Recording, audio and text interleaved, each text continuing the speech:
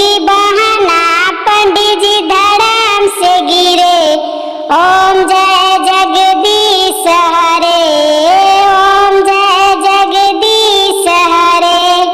पंडित जी की फट गई धोती, गिर गई उनकी टोपी।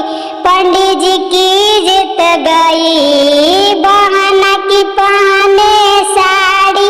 पंडित जी की इज्जत गई।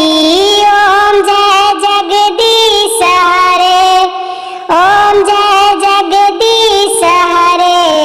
पंडित जी पेड़ पर चढ़े, बुनिया पूरी जब देखत तो पंडित जी लार टपके। ओम जय जगदीश हरे, ओम जय जगदीश हरे।